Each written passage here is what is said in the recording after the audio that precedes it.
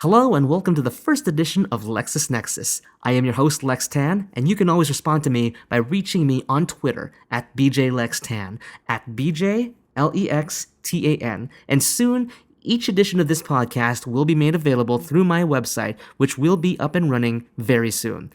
This podcast will also range in length as I experiment with different formats to make your listening experience as enjoyable, interesting, and as interactive as possible.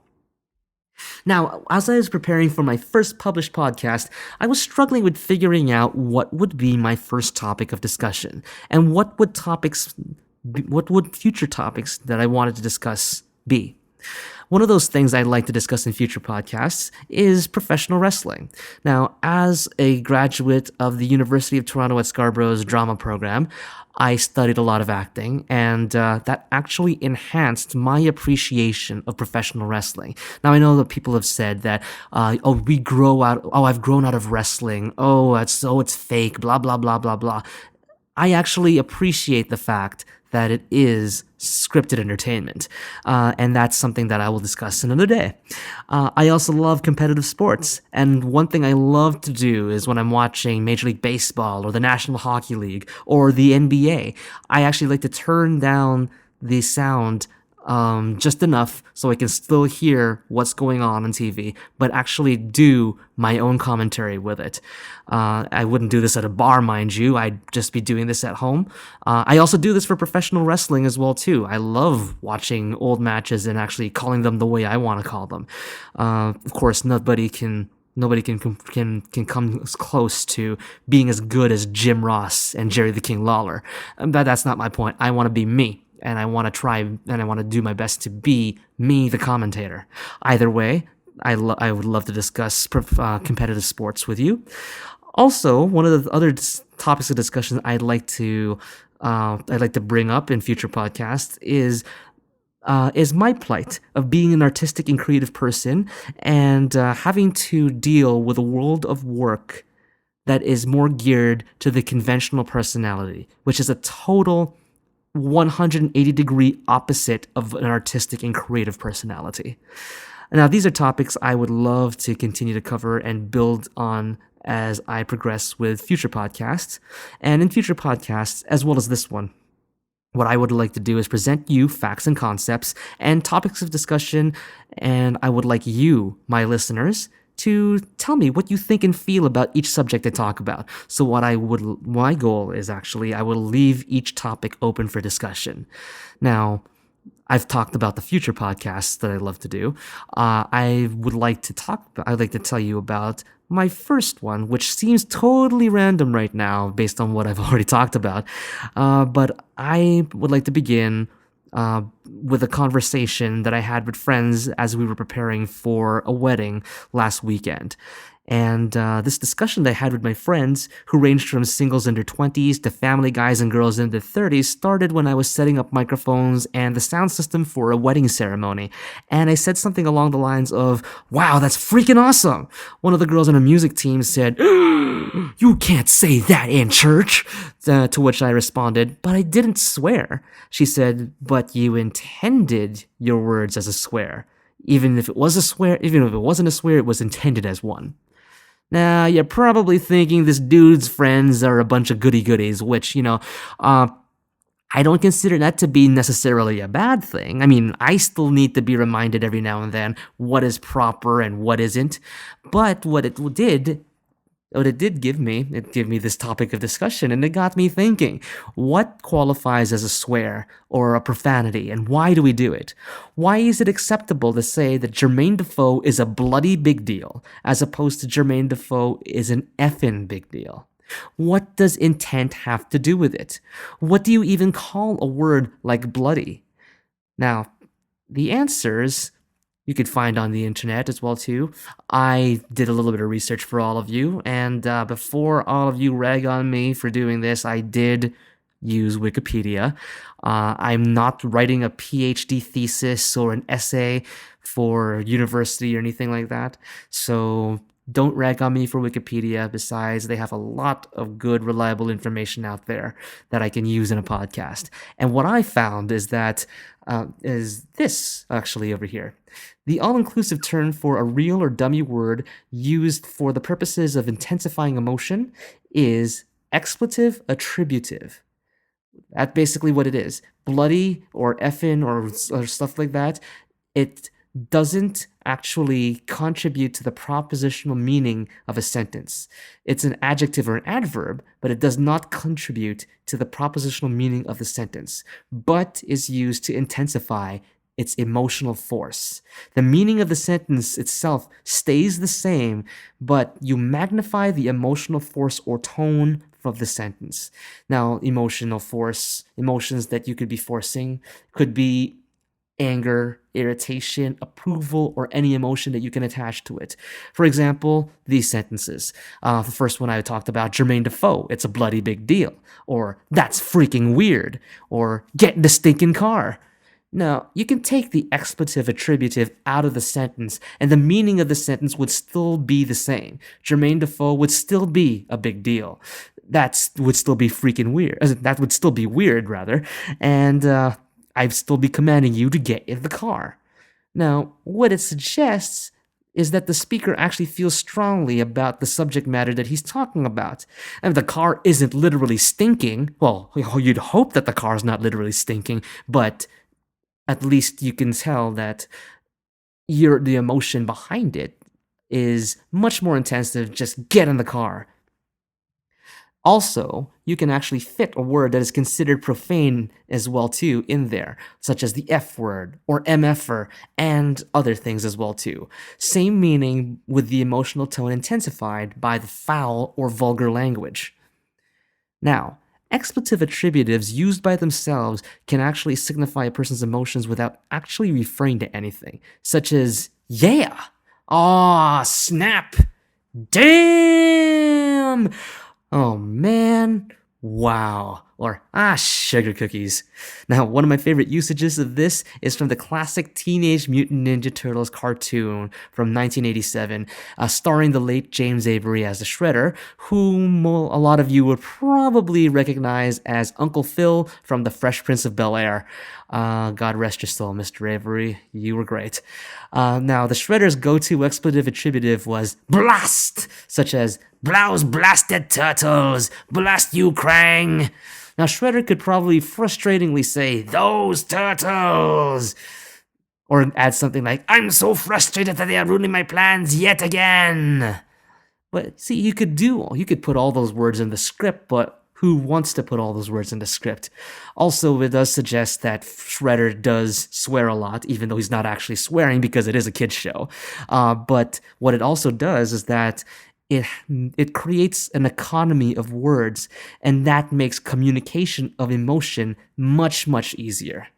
One of those things that really is effective and has infiltrated and become a part of the vernacular of many, many people in North America and around the world is the annoyed grunt of Homer Simpson. It's actually called annoyed grunt, and Dan Castellaneta interpreted it as don't D''OH, and I'll get into Homer Simpson just a little bit later. Now, I like to shift gears and talk about actually using vulgarities or swears, and one of those ways is signified or exemplified by the Dan Band and Dan Finnerty, their rendition of "Total Eclipse of the Heart," which essentially is a faithful cover of the original, laced with F-bombs. And it does intensify the emotional tone of the piece, but it's actually used for more comedy purposes. I'm sure that he doesn't actually mean it to be so. Maybe he does mean it to be actually vulgar and crude, but it actually sounds a lot funnier when you actually put the vulgarities in there. Now, what people as well too, to avoid swearing, to avoid using vulgarities, is something called using a minced oath. a minced oath, which is a deliberate misspelling or mispronunciation of a word that is considered profane language, and in some cases can also be euphemisms so not to take the name of God in vain. So some examples are dang, gosh, frick, jeez. For instance, when I was a driving instructor, I was teaching somebody driving, a teenager driving, and I almost got rear-ended by somebody traveling at 80 kilometers an hour, because my student made a wrong move, and I had to actually swerve my car out of the way. Luckily, there was no accident, and luckily the other person wasn't hurt as well too. So nothing happened, nothing doing. But after I finished the lesson, got the kid home, took myself home, as soon as I got home, I became a freaking nervous wreck. Yeah, the trauma was really, really bad because I had to bury it in order to, look strong in front of my student. So as I said, I was a freaking nervous wreck. Now, take that sentence that I just said. Do I even need to say frickin'? Probably not. You could probably get the idea that I was a nervous wreck, and you could probably derive the emotional content out of that. But what that also does is that you might have also gotten the idea that I was a little more, or even a lot more, than just your typical nervous wreck. Then again, what is a typical nervous wreck? Now, I'm pretty sure that a good number of you listening to this podcast out there didn't learn this kind of language from your parents. Well, then again, maybe you did, but most likely it was something you may have picked up from the schoolyard, or hanging out with your friends outside of school, or something that you saw or heard from TV or movies. Now, as a result, some of us have had the unfortunate punishment of having our mouths literally washed out with soap, which these days would most likely qualify as child abuse, but that's a different topic for a different podcast. And just to clear the air, my parents never washed my mouth out with soap. Oh, did they ground me? Oh, did they ground me? But nope, they didn't wash my mouth out with soap. But certainly learned my lesson in front of them. So as a result, now thinking about that, you wouldn't use swears in front of your parents, your siblings, or your kids. You probably wouldn't use swears in front of your boss or a house of worship. But the fact is, people have been doing stuff like this for centuries, and it has been ingrained in the vernacular of many, many people. Now, do we need to add expletive attributives or swears to fill out our sentences? And if you're looking for the simple answer, no, we do not. We can get our factual point across without any expletive attributives, and we most likely can trust that people that are listening to us can derive our emotions on their own. Now, however, the emotional content of speech is also just as important as the subject matter itself. And I could easily just say that movie was absolutely awesome and convey the same message as if I said that movie was effing awesome. Now, what makes me want to say the latter? Is it a sense of rebelliousness? Do I just like saying the word? Is it an attempt to emotionally involve our listener in our subject matter? Now, is it also a natural human inclination of wanting to emotionally express ourselves in a way that regular words cannot? Something that our ancestors used with grunts, and just the same way that we cry or we laugh. Who knows? That's something I'd like you to answer. That's a question I'd like all of you listeners to talk about with me and answer me as well too about that. Now, one of the things that us humans do as well too is using dummy words to express different things. For instance, Homer Simpson's dope has made its way into our vernacular, not just here in North America, but a lot of places all around the world that do watch The Simpsons probably have the word dope ingrained in themselves. And just as a little side note, I've heard many, many people over the years say dope, and it's not dope. For once and for all, it is not dope. It's D''OH, dough. And you can actually see that in different official episode titles of The Simpsons. For instance, the Sherry Bobbins episode, which was the spoof of the Mary Poppins movie in The Simpsons, Supercalifragilisticexpialidocious. Now, I'm not sure if it was the Sherry Bobbins one, but that's pretty close as far as as far as I'm concerned. But as we know it, it's supercalifragilisticexpialidocious.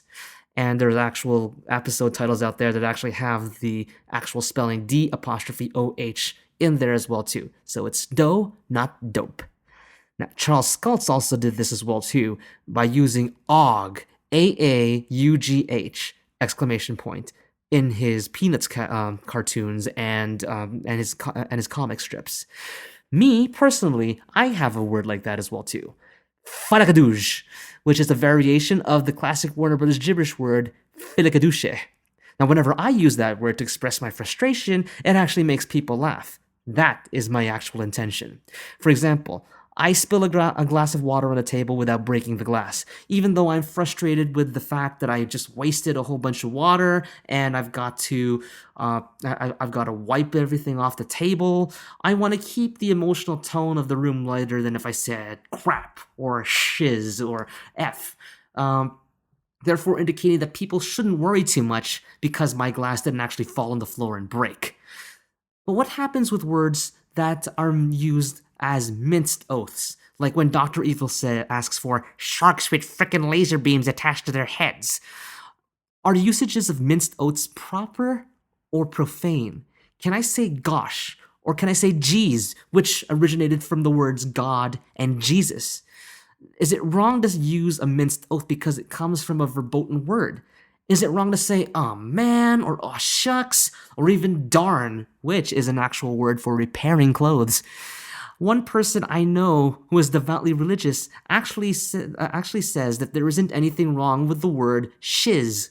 Well, the real term over here, because it's an actual word for fecal matter derived from the Old and Middle English word for diarrhea. She wouldn't use it obviously in church or in her professional life because of people's sensitivities, but is she wrong to use the word shiz? Should I even be censoring myself by saying shiz? Now, what do you think about all of this? Do you see this as a gray area issue, or is your opinion more black and white? What do you think is acceptable?